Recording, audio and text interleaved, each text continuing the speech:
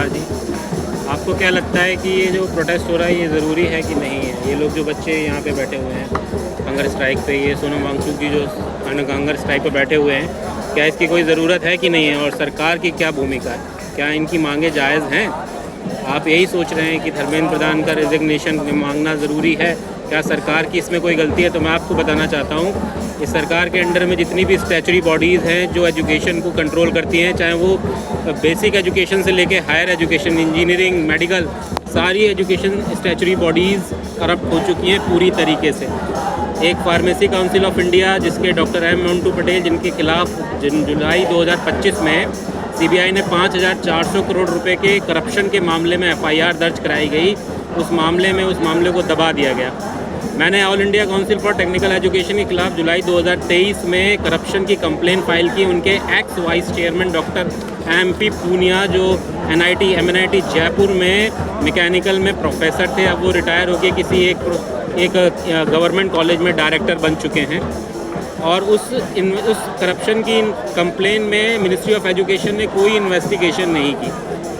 मैं आपको ये बताना चाहता हूँ, इस देश में जितने भी इंजीनियरिंग कॉलेज चल रहे हैं उसमें से 90% इंस्टीट्यूट सिर्फ और सिर्फ अपने प्रॉफिट के लिए वर्क कर रहे हैं। हाल ही में एक सुप्रीम कोर्ट में एक बेंच ने एक केस में, जिसमें एक बच्ची का केस था एक प्राइवेट यूनिवर्सिटी के खिलाफ उत्तर प्रदेश की, जिसका नाम अमेठी यूनिवर्सिटी है, उस केस में उन्होंने क्वेश्चंस किए गवर्नमेंट ऑफ इंडिया से और सारे स्टेट्स, जितने भी स्टेट्स हैं हमारे, उन सभी से कि ये जो प्राइवेट यूनिवर्सिटीज़ ओपन की जाती हैं, ये जो सोसाइटी और ट्रस्ट के थ्रू चलाई जाती हैं, क्या ये नो प्रॉफिट नो लॉस पे चलाई जा रही हैं?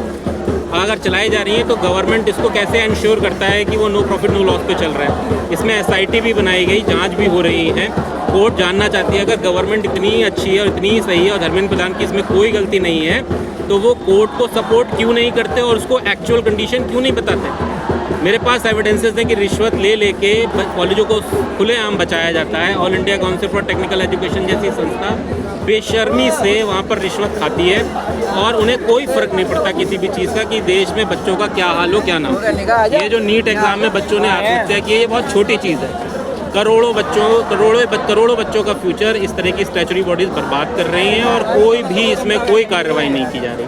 तो मेरी मांग है, जो बच्चे जो कर रहे हैं या सोनम जी जो कर रहे हैं, बिल्कुल सही है। और इस करप्ट एजुकेशन सिस्टम से किसी की भी लाइफ ऐसा नहीं है कि बचेगी, सबकी लाइफ इम्पैक्ट हो रही है, सबकी लाइफ बर्बाद हो रही है, चाहे वो स्टूडेंट्स हों, पेरेंट्स हों या उससे जुड़े हुए स्टूडेंट एकेडमिशियंस हों, सभी की लाइफ को बर्बाद किया जा रहा है। तो गवर्नमेंट से ये मेरी मांग है कि वो एक अच्छी नीति बनाए और करप्शन को एजुकेशन सिस्टम से ख़त्म करें।